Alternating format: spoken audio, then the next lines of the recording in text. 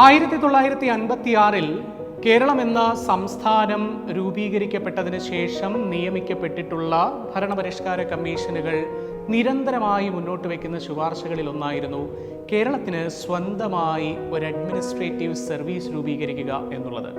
സംസ്ഥാന ഭരണനിർവഹണ മേഖലയിൽ ആധുനിക സാങ്കേതിക വിദ്യയുടെ സാധ്യതകൾ പ്രയോഗിക്കുന്നതിലൂടെ വലിയൊരു മാറ്റം കൊണ്ടുവരിക എന്നതും സംസ്ഥാന ഉദ്യോഗസ്ഥ വൃന്ദത്തിനിടയിലുള്ള പഴുതുകൾ പൂർണ്ണമായും ഒഴിവാക്കിക്കൊണ്ടൊരു ശുദ്ധികലശം നടത്തുക എന്നതുമായിരുന്നു കേരള അഡ്മിനിസ്ട്രേറ്റീവ് സർവീസ് എന്ന കേരളത്തിൻ്റെ സ്വന്തം പ്രീമിയം അഡ്മിനിസ്ട്രേറ്റീവ് സർവീസ് രൂപീകരിക്കുന്നതിന് പിന്നിലെ മാനദണ്ഡം. ഇന്ത്യൻ കോൺസ്റ്റിറ്റ്യൂഷന്റെ ആർട്ടിക്കിൾ 309 സംസ്ഥാന നിയമനിർമ്മാണ സഭകൾക്ക് ഒരു അധികാരം നൽകുന്നുണ്ട്. ഈ സംസ്ഥാന നിയമനിർമ്മാണ സഭകൾക്ക് നിയമനിർമ്മാണത്തിലൂടെ സംസ്ഥാന സർക്കാരിന് സ്വന്തമായി ഒരു സർവീസ് രൂപീകരണത്തിനും അവരുടെ ഉദ്യോഗസ്ഥ വൃന്ദത്തിന്റെ സേവന വേതന ചട്ടങ്ങൾ രൂപീകരിക്കുന്നതിനുമുള്ള അധികാരമാണ് ഇങ്ങനെ കൈമാറ്റം ചെയ്യപ്പെടുന്നത്.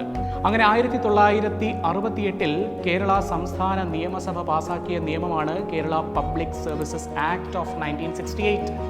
ഈ Kerala public services act of 1968 Kerala നിയമസഭ അധികാരം കേരള ഗവൺമെന്റിന് കൈമാറുന്നു. കേരളത്തിന് സ്വന്തമായി ഒരു IAS രൂപീകരിക്കുക എന്നുള്ളത്.